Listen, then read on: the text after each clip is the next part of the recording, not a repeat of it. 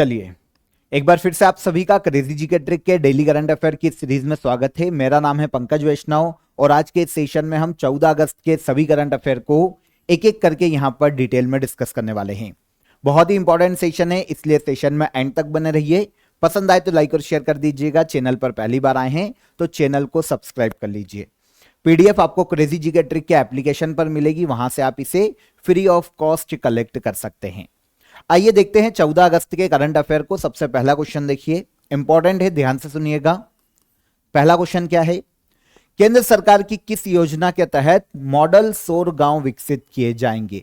मतलब model solar villages की बात करें तो ये विकसित किए जाने वाले हैं भारत में पीएम सूर्य घर मुफ्त बिजली योजना के तहत। आंसर हो जाएगा आंसर ए। यहां पर केंद्र सरकार ने देखिए हाल ही में अनाउंसमेंट किया था कि पूरे भारत में मॉडल सोलर विलेजेस, मतलब ऐसे गांव जो कि पूरी तरीके से सोलर एनर्जी से जहां पर बिजली प्रदान की जाएगी, ऐसे गांव विकसित किए जाएंगे। किस योजना के तहत? पीएम सूर्य घर मुफ्त बिजली योजना के तहत। सेंट्रल गवर्नमेंट की स्कीम है, आप सभी को पता होगा। स्कीम वाले सेशन में वीडियो में मैंने आपको सारी स्कीम्स बताई थी सेंट्रल और स्टेट की, है ना। तो देखिए, ministry of new and renewable energy ने हाल ही में पीएम सूर्य घर मुफ्त बिजली स्कीम के अंतर्गत मॉडल सोलर विलेजेस को विकसित करने के दिशा निर्देश जारी किए हैं। इन्होंने कहा है कि पूरे भारत में 800 करोड़ रुपए में, कितने? 800 करोड़ रुपए में पूरे भारत में अलग अलग जिले में चूज कर लिया जाएगा एक गांव को और उसे सोलर विलेज के रूप में डेवलप किया जाएगा। हर गांव को 1 करोड़ रुपए की आर्थिक सहायता दी जाएगी। 1 करोड़ रुपए उस गांव पर इन्वेस्ट किए जाएंगे ताकि पूरे गांव को एक मॉडल सोलर विलेज बनाया जा सके। ठीक है ना। तो मॉडल सोलर विलेज का गोल सोलर एनर्जी को अपनाने को बढ़ावा देना, ग्रामीण समुदाय में सोलर एनर्जी को एडॉप्ट करने के लिए प्रेरित करना, उन्हें मोटिवेट करना और एनर्जी के क्षेत्र में भारत के सभी गांवों को आत्मनिर्भर बनाना मुख्य उद्देश्य है सोलर मॉडल सोलर विलेजेस बनाए जाने का। जैसा कि अभी मैंने आपको बताया कि भैया 800 करोड़ रुपए विलेजेस के लिए अलग से निकाले गए हैं। यहां पर 1 करोड़ रुपए हर विलेज को दिए जाएंगे। ठीक है ना। जिस भी गांव का चयन किया जाएगा उसे 1 करोड़ रुपए यहां पर दिए जाने वाले हैं, मींस इन्वेस्ट किए जाने वाले हैं उस गांव पर, ताकि उसे सौर गांव बनाया जा सके। पूरे गांव की छतों पर पैनल लगाए जाएंगे, प्रॉपर पैनल लगाए जाएंगे और पूरी जो बिजली की डिमांड है उस गांव की वो सोलर एनर्जी से कंप्लीट होगी। ठीक है। देखिए अब यहां पर हम स्कीम की बात कर लेते हैं कि पीएम सूर्य घर मुफ्त बिजली स्कीम एक्चुअल में क्या है। तो ये योजना इसी साल 29 फरवरी 2024 को अनाउंस की गई थी। इसे हाल ही में सेंट्रल गवर्नमेंट ने मंजूरी प्रदान की थी फरवरी 2024 में। ठीक है ना। उद्देश्य क्या है? छतों पर लगने वाले सोलर संयंत्रों की क्षमता को बढ़ाना, भारत में जो रेसिडेंशियल एरियाज हैं, जो घर हैं, उनमें पावर जनरेशन के लिए उन्हें सशक्त बनाना, भारत को इतना डेवलप करना कि सोलर एनर्जी से भारत की अधिकतर जो एनर्जी की रिक्वायरमेंट है, चाहे वो रेसिडेंशियल क्षेत्र में हो या फिर गांव में हो, उसे पूरा करना। ठीक है ना। इस पर्टिकुलर पीएम सूर्य घर मुफ्त बिजली स्कीम की बात करते हैं तो इसके लिए सेंट्रल गवर्नमेंट ने 75,021 करोड़ रुपए प्रदान किए थे। ठीक है। फाइनेंशियल ईयर 2026-27 तक के टाइम पीरियड के लिए यह योजना लागू की जाएगी। और इसके लिए कितने पैसे मंजूर किए गए, कितना रुपया मंजूर किया गया? तो 75,021 करोड़ रुपए। ठीक है। कौन सी स्कीम है? पीएम सूर्य घर मुफ्त बिजली योजना।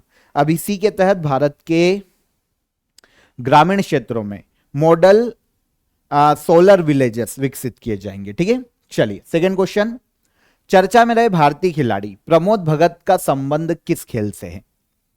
आपको पता है टोक्यो पैरालंपिक में ये गोल्ड मेडल लेकर आ चुके हैं इंडिया के लिए, तो बहुत ही इंपॉर्टेंट क्वेश्चन हो जाता है। प्रमोद भगत भारत के पैरा बैडमिंटन खिलाड़ी है। आंसर बी, पैरा बैडमिंटन खिलाड़ी प्रमोद भगत। अभी सुर्खियों में क्यों है? तो हाल ही में देखिए बैडमिंटन वर्ल्ड फेडरेशन ने इनको बैन कर दिया है, इनको सस्पेंड कर दिया। क्यों? डोपिंग नियमों का इन्होंने उल्लंघन किया है, ऐसा बैडमिंटन वर्ल्ड फेडरेशन का कहना है। ठीक है। इनकी जांच में डोपिंग टेस्ट में ये फेल हो गए हैं, प्रमोद भगत, जिसके कारण इन पर 18 महीने का प्रतिबंध लगा है। 18 महीने का बैन लगने का मतलब है जो पेरिस में अब पैरा ओलंपिक शुरू होने वाले, इसमें ये पार्टिसिपेट नहीं कर पाएंगे। प्रमोद भगत भारत के पैरा बैडमिंटन खिलाड़ी है। टोक्यो पैरा ओलंपिक में भारत के लिए गोल्ड लेकर आए थे बैडमिंटन में, SL3 कैटेगरी में। मतलब एक मेडल तो हमारा यहीं पर खत्म हो जाता है प्रमोद भगत पर बैन लगने के कारण। काफी सारे अवार्ड भी इन्हें दिए गए हैं खेलों के क्षेत्र में इनके योगदान के कारण। 2019 में इन्हें दिया गया था अर्जुन अवार्ड।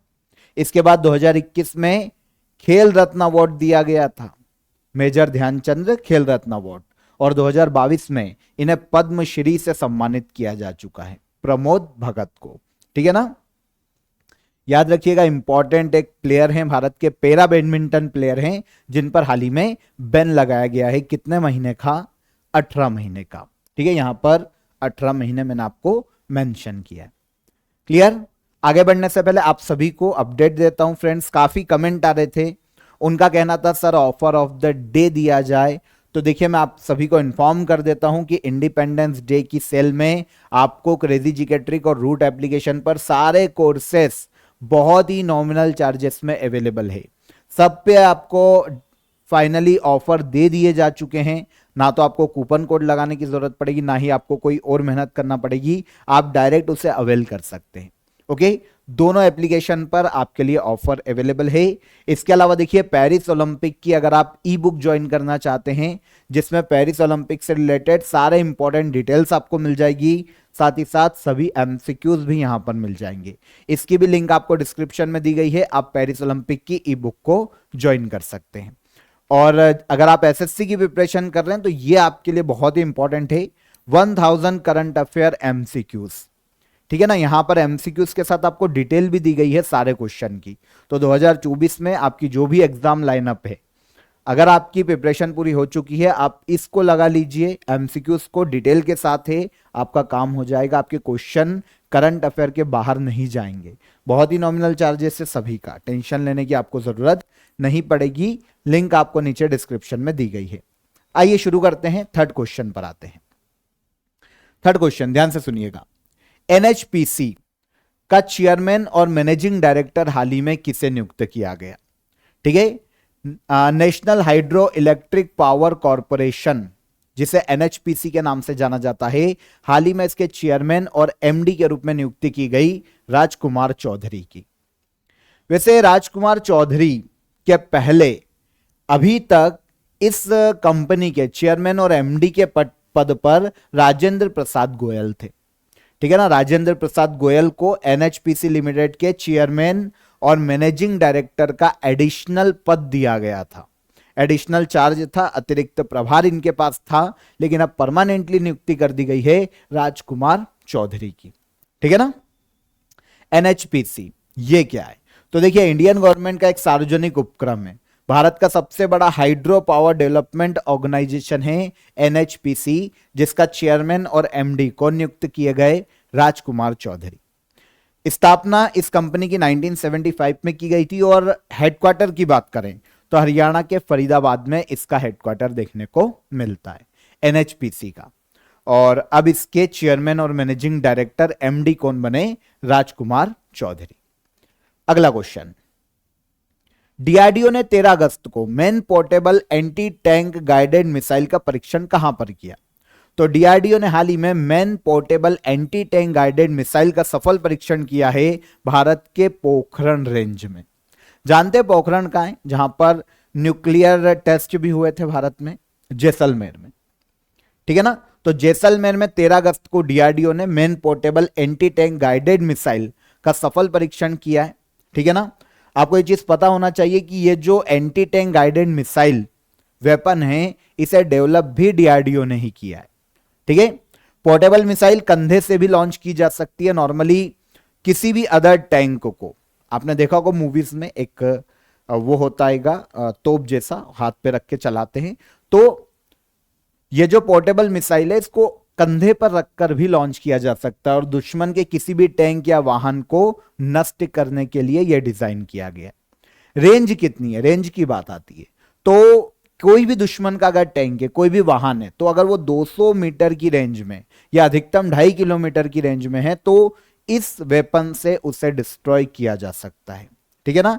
ये जो वेपन सिस्टम है, वेट अगर इसका देखते हैं तो 14.5 kg मतलब 14.5 किलो इसका वेट है, और लेंथ देखते हैं तो 4.3 फीट इसकी लेंथ है। आपको तो ये याद रखना चाहिए कि भैया कितनी दूरी तक ये निशाना लगा सकता है। तो 200 मीटर की रेंज से लेकर 2.5 किलोमीटर की रेंज में किसी भी टैंक और वाहन को ये नष्ट कर सकता है। ठीक है ना। डीआरडीओ ने इसका सफल परीक्षण कहां पर किया? पोखरण जैसलमेर में। निम्नलिखित में से किसे जुलाई मंथ के लिए ICC player of the month चुना गया? इंपॉर्टेंट क्वेश्चन है। ICC player of the month की बात करते हैं जुलाई मंथ के लिए। आपको पता है आईसीसी हर मंथ के लिए मेंस और women's cricketer of the month या प्लेयर ऑफ द मंथ घोषित करती है। जुलाई मंथ के लिए घोषित किए गए गस एटकिंसन और चमारी अट्टापट्टू। आंसर हो जाएगा आंसर डी। गस एटकिंसन की बात करें तो ये इंग्लैंड के फास्ट बॉलर है। ठीक है, इंग्लैंड के तेज गेंदबाज हैं जिनको जुलाई मंथ के लिए men's player of the month का खिताब दिया गया आईसीसी के द्वारा, क्योंकि जुलाई मंथ में वेस्ट इंडीज के खिलाफ जो टेस्ट सीरीज हुई थी इसमें इनका प्रदर्शन बहुत ही शानदार रहा। और women player of the month का खिताब दिया गया चमारी अट्टापट्टू श्रीलंका की वर्तमान में कैप्टन है। ठीक है ना। एशिया कप में इनका प्रदर्शन जुलाई में बहुत ही शानदार रहा है। आपको पता है जून मंथ के लिए जो प्लेयर ऑफ द मंथ थे वो दोनों ही इंडिया के थे। Men's player of the month June month के लिए घोषित किए गए थे जसप्रीत बुमराह, और विमेन में प्लेयर ऑफ द मंथ की बात करें जून मंथ के लिए तो वो स्मृति मंधाना को घोषित किया गया था, इंडियन प्लेयर है। लेकिन अब जुलाई मंथ के लिए men's player of the month England के तेज गेंदबाज गस एटकिंसन, और women player of the month की बात करें जुलाई मंथ के लिए तो चमारी अट्टापट्टू। ठीक है ना। तो ये श्रीलंका की, ये इंग्लैंड के। ओके, हमारा फोकस क्वेश्चन है, तो यहां पर हम 2023 के लिए आईसीसी के द्वारा जो अवार्ड दिए गए उनकी एक बार बात कर लेते हैं। तो देखिए 2024 में अवार्ड घोषित हुए हैं 2023 के ईयर के लिए। तो ICC women's cricketer of the year 2023 net Sciver Brunt को घोषित किया गया था आईसीसी के द्वारा, इंग्लैंड की क्रिकेटर है। और ICC men's cricketer of the year 2023 के लिए पैट कमिंस को घोषित किया गया, ऑस्ट्रेलिया के क्रिकेट प्लेयर हैं। ICC men's one day cricketer of the year 2023 के लिए विराट कोहली को घोषित किया गया। कहां के हैं भैया? हमारे देश के हैं। ICC women's one day cricketer of the year की बात करें 2023 के लिए तो चमारी अट्टापट्टू, जिनकी हम बात कर रहे हैं श्रीलंका की है। आईसीसी मेंस टी20 cricketer of the year Surya Kumar Yadav, ठीक है, इंडिया के। आईसीसी विमेंस टी20 क्रिकेटर ऑफ द ईयर 2023 के लिए है हेले मैथ्यूज, वेस्ट इंडीज की प्लेयर है। ICC men's test cricketer of the year 2023 के लिए उस्मान ख्वाजा, ऑस्ट्रेलिया के क्रिकेटर हैं। और ICC men's emerging cricketer of the year 2023 की बात करें तो ये रचिन रविंद्र हैं, न्यूजीलैंड के। ICC women's emerging cricketer of the year 2023 की बात करें तो ये हैं फोबे लिचफील्ड, जो कि ऑस्ट्रेलिया की है। ठीक है, तो ये मेन जो हैं वो मैंने आपको एक बार बता दिए, पॉज करके देख लेना, काम हो जाएगा। ठीक है ना। आगे आते हैं। वक्फ विधेयक संशोधन की जांच के लिए जो जॉइंट पार्लियामेंट्री कमेटी बनाई गई है जेपीसी, उस संयुक्त समिति का अध्यक्ष किसे बनाया गया है? तो आपको पता है वक्फ विधेयक लाया गया था हाल ही में लोकसभा में, उस पर क्योंकि विपक्ष की डिमांड थी तो जेपीसी का गठन किया गया, जॉइंट पार्लियामेंट्री कमेटी। इसके हाल ही में अध्यक्ष बनाए गए हैं जगदंबिका पाल। आंसर है जगदंबिका पाल की बात करें तो ये बीजेपी एमपी है। ठीक है ना। वक्फ बिल, जो वक्फ अमेंडमेंट बिल था, उस पर जॉइंट पार्लियामेंट्री कमेटी के ये अध्यक्ष है। वक्फ बिल पर जो जॉइंट पार्लियामेंट्री कमेटी बनी है उसमें 31 मेंबर है। कहां से? 21 लोकसभा और 10 राज्यसभा। अध्यक्ष कौन? जगदंबिका पाल। ठीक है ना। आपको पता होना चाहिए कि भैया अब जो ये पार्लियामेंट्री जेपीसी है, जॉइंट पार्लियामेंट्री कमेटी, ये सारे इफ बट देखेगी, सारा स्टडी करेगी चीजों को लेकर, और फिर अगले सत्र में ये अपनी रिपोर्ट देने वाली है। 8 अगस्त को मिनिस्ट्री ऑफ माइनॉरिटी अफेयर जो है मिनिस्टर ऑफ माइनॉरिटी अफेयर जो है किरण रिजिजू, इन्होंने वक्फ संशोधन बिल को लोकसभा में पेश किया था। विपक्ष ने डिमांड की थी, आपत्ति दर्ज की थी, तो इनकी डिमांड पर जेपीसी का गठन किया गया। अध्यक्ष बनाया गया किन्हें? जगदंबिका पाल। ठीक है, जगदंबिका पाल। आगे आते हैं। 13 अगस्त को निम्नलिखित में से कौन सा दिवस मनाया जाता है? तो 13 अगस्त को मनाया जाता है वर्ल्ड ऑर्गन डोनेशन डे। ठीक है ना, पूरे वर्ल्ड के लोगों को ऑर्गन डोनेशन के प्रति जो है ना, किसी की देखिए मृत्यु हो गई, अब उसके बॉडी पार्ट्स तो जला देंगे या दफना देंगे, तो भाई उनके परिवार वाले वो ऑर्गन डोनेट करने के लिए प्रोत्साहित हो, क्योंकि एक व्यक्ति के ऑर्गन से 5-7 जिंदगियां बचाई जा सकती है। तो पूरे वर्ल्ड को इसके प्रति जागरूक करने के लिए वर्ल्ड ऑर्गन डोनेशन डे मनाया जाता है पूरे वर्ल्ड में 13 अगस्त को। कब मनाया जाता है? 13 अगस्त को। किडनी, हार्ट, है ना, बहुत आंखें, बहुत सारे ह्यूमन ऑर्गन है जो काम आ सकते हैं किसी के भी। मरने के बाद तो भाई उसको तो या तो जला दोगे या दफना दोगे, लेकिन ऑर्गन अगर आप दान दे देते हैं तो फिर ये महादान भी माना जाता है। तो वर्ल्ड ऑर्गन डोनेशन डे 13 अगस्त को मनाया जाता है। Be the reason for someone smile today 2024 में वर्ल्ड ऑर्गन डोनेशन डे की थीम है। उद्देश्य मैं आपको बता ही चुका हूं। यहां पर आपको एक फैक्ट इंपॉर्टेंट ले लेना चाहिए। 1954 में पहली बार किडनी का ट्रांसप्लांट किया गया था। ठीक है ना, पहली बार। अदर डे की बात करें तो 12 अगस्त को वर्ल्ड एलिफेंट डे भी मनाया जाता है। वर्ल्ड एलिफेंट डे 12 अगस्त और वर्ल्ड ऑर्गन डोनेशन डे 13 अगस्त। केंद्रीय मंत्री डॉक्टर जितेंद्र सिंह ने किस मिशन के तहत अमृत ज्ञान कोश और फैकल्टी डेवलपमेंट पोर्टल लॉन्च किया? तो केंद्रीय मंत्री जितेंद्र सिंह ने हाल ही में देखिए एक तो अमृत ज्ञान कोश और फैकल्टी डेवलपमेंट पोर्टल को लॉन्च किया है मिशन कर्मयोगी के तहत। सितंबर 2020 में सेंट्रल गवर्नमेंट ने मिशन कर्मयोगी लॉन्च किया था। पता है इसका उद्देश्य क्या था? जो सिविल सर्वेंट है भारत में, उनकी एफिशिएंसी को बढ़ाना, वर्क माहौल में वो अलग तरीके से चीजों को सोच पाए, उनकी इनोवेटिव जो अप्रोच है उसे डेवलप किया जा सके, एफिशिएंसी को बढ़ाया जा सके, इसलिए सेंट्रल गवर्नमेंट ने मिशन कर्मयोगी लॉन्च किया था सितंबर 2020 में। अब इसके तहत अमृत ज्ञान कोश और फैकल्टी डेवलपमेंट पोर्टल को लॉन्च किया है केंद्रीय मंत्री डॉक्टर जितेंद्र सिंह ने। ठीक है, दोनों पोर्टल पर नॉलेज और टीचर्स की स्किल्स को इंप्रूव करने के लिए दोनों ही पोर्टल को विकसित किया गया। बुक्स के माध्यम से, अलग अलग वर्कशॉप के माध्यम से भारत में जो टीचर्स हैं, है ना, उनकी स्किल्स को डेवलप किया जाएगा। आपको पता होना चाहिए मिशन कर्मयोगी 2020 सितंबर में शुरू किया जा चुका है और उद्देश्य मैं आपको बता चुका हूं कि इसका उद्देश्य क्या है ना। ठीक है, तो उद्देश्य आपको पता चल गया कि जो भी सिविल सर्वेंट हैं उनको और ज्यादा सक्षम बनाना अपनी जॉब के अकॉर्डिंग, यह उद्देश्य है मिशन कर्मयोगी का। अगला क्वेश्चन, हाल ही में किस मंत्रालय ने women and main in India 2023 report जारी की? Women and main in India 2023 report, इसे जारी किया है सांख्यिकी एवं कार्यक्रम क्रियान्वयन मंत्रालय ने। Answer C. इंग्लिश आपको चाहिए होगा तो ministry of statistics and programme implementation. ठीक है ना, यह है मिनिस्ट्री, आंसर सी, जिसने हाल ही में women and main in India 2023 report को जारी किया। और इस रिपोर्ट में नॉर्मली 2036 को लेकर अजम्पशन लगाए गए। देखिए की पॉइंट्स क्या रिपोर्ट के, तो इसमें बताया गया है कि 2036 तक भारत की जो जनसंख्या है ऑलमोस्ट 152 करोड़ तक पहुंच जाएगी। नंबर ऑफ फीमेल्स की बात करें तो फीमेल्स ऑब्वियस सी बात है, आज जो परसेंटेज है 2011 की जनगणना के अकॉर्डिंग वो 2036 तक बहुत बढ़ जाएगा। जैसे बहुत तो क्या, फिर भी बढ़ जाएगा।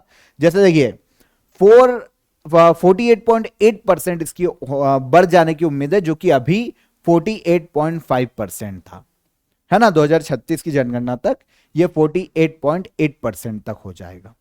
इसके अलावा सेक्स रेशो का भी इन्होंने बताया है।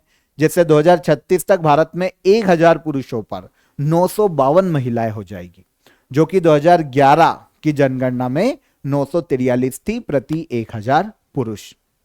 ठीक है, फर्टिलिटी में भी डिक्लाइन की इन्होंने बात की है। इन्होंने कहा है कि 15 ईयर से कम आयु के जो लोग हैं, व्यक्तियों का जो अनुपात है वो 2011 की तुलना में 2036 में घटने का अनुमान, 15 साल से कम के जो लोग हैं उनका, और 60 ईयर और उससे अधिक जो एज के लोग हैं उनकी आबादी में वृद्धि का अनुमान है 2036 तक। तो men and women in India 2023 report है। मिनिस्ट्री आपको याद रखनी चाहिए, ministry of statistics and programme implementation, ये मिनिस्ट्री है जिसने इस रिपोर्ट को जारी किया है। लास्ट क्वेश्चन आज के करंट अफेयर का, भारत में हर घर तिरंगा अभियान कब से कब तक चलाया जा रहा है? तो इस साल हर घर तिरंगा अभियान इससे चलाया जा रहा है 9 से लेकर 15 अगस्त तक। आंसर है, देखिए एक अभियान है जो कि सेंट्रल गवर्नमेंट ने कुछ समय पहले अनाउंस किया था, कुछ साल पहले। भारत की आजादी का जो 75वीं जो वर्षगांठ थी उसके उपलक्ष्य में सभी लोगों को, ठीक है, अपने जो भारत के प्रति उनका जो समर्पण है उसके प्रति जागरूक करना, देश हित की भावना को जागरूक करना पूरे लोगों में, पूरे देश के जो नागरिक है उनमें देश हित की भावना का विकास हो, देश हित की भावना जागृत हो, इस उद्देश्य से यह अभियान चलाया जा रहा है, हर घर तिरंगा अभियान कैंपेन है। इस साल यह चलाया जा रहा है 9 से लेकर 15 अगस्त तक। ओके, तो यहां पर आई होप आपको समझ में आ गया होगा। 14 अगस्त के सभी करंट अफेयर को यहां पर हमने डिटेल में डिस्कस किया, एक एक फैक्ट आपको मैंने बताया, इंपॉर्टेंट करंट अफेयर थे। अब हम आते हैं लास्ट डे करंट अफेयर के रिवीजन पर। ध्यान से सुनिएगा, एमसीक्यूज लेंगे हम फटाफट। आपको पता है रिवीजन में हम डिटेल डिस्कस नहीं करते हैं, केवल आंसर लेंगे। पेरिस ओलंपिक 2024 की मेडल टैली में भारत का स्थान क्या था? क्या था? 71, है ना, 71वां।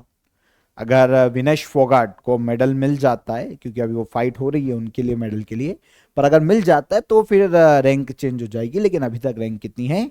71। ठीक है, निम्नलिखित में से किसे कैबिनेट सचिव नियुक्त किया गया? तो ये नियुक्त किए गए हैं टीवी सोमनाथन। पद्म भूषण से सम्मानित और पूर्व विदेश मंत्री नटवर सिंह का हाल ही में निधन हो गया, किस राज्य से संबंधित है? तो ये संबंधित हैं राजस्थान राज्य से। नेशनल इंस्टीट्यूशनल रैंकिंग फ्रेमवर्क 2024 के अनुसार ओवरऑल कैटेगरी में भारत का सर्वोच्च संस्थान कौन सा है? तो ये कौन सा है? IIT मद्रास। आंसर हो जाएगा आंसर ए, है ना। हर साल इंटरनेशनल यूथ डे कब मनाया जाता है? तो इंटरनेशनल यूथ डे की बात करें तो ये हर साल मनाया जाता है हमारा 12 अगस्त को। ठीक है, आंसर हो जाएगा answer C, international youth day. आगे आते हैं, पॉल कागामे ने किस देश के राष्ट्रपति के रूप में शपथ ग्रहण की? तो पॉल कागामे की बात करें तो इन्होंने शपथ ली है हाल ही में किस देश की? Rwanda. Answer B. Locarno film festival में पार्डो अला केरियरा अस्कोना लोकार्नो पर्यटन पुरस्कार से सम्मानित होने वाले पहले भारतीय कौन? तो ये हो जाएंगे Shahrukh Khan. Answer D. Indo American chambers of commerce द्वारा पहला IACC MSME centre of excellence किस राज्य में खोला गया? तो यह खोला गया है भारत के गुजरात राज्य में। चर्चा में रहा कुस्क क्षेत्र किस देश में स्थित है? तो कुस्क क्षेत्र देखने को मिलेगा हमें रशिया में। Answer B. किस राज्य में पहली वैश्विक महिला कबड्डी लीग का आयोजन किया जाएगा? तो इसका आयोजन किया जाएगा कहां पर? भारत के हरियाणा राज्य में। आंसर हो जाएगा आंसर सी। ठीक है, तो ये सारे क्वेश्चन लास्ट सेशन में हमने डिटेल में समझे थे। अब आ जाते हैं हमारे क्वेश्चन ऑफ द डे के आंसर पर। तो किस संस्था द्वारा वर्चुअल असिस्टेंट सेवा चैटबॉट लॉन्च किया गया? तो इसे लॉन्च किया है सेबी ने। और सेबी अधिनियम किस वर्ष लाया गया था? तो ये 1992 में लाया गया था। और नरोरा परमाणु ऊर्जा संयंत्र देखने को मिलता है उत्तर प्रदेश राज्य में। अब आज के लिए आपके लिए question of the day, NATO का महासचिव कौन है? शंघाई सहयोग संगठन का 24वां शिखर सम्मेलन कहां आयोजित किया गया? और 46वीं विश्व विरासत समिति की बैठक का प्रतीक चिन्ह क्या है? तो तीनों क्वेश्चन को नोट कीजिए ध्यान से, कमेंट में आंसर कीजिएगा। सेशन कैसा लगा ये भी कमेंट में बताइएगा। सेशन पसंद आया हो तो वीडियो को लाइक और शेयर कर दीजिए, चैनल को सब्सक्राइब कर लीजिए। फिर मुलाकात करेंगे नेक्स्ट डे के करंट अफेयर में, तब तक अपना ख्याल रखिएगा। जय हिंद, जय भारत।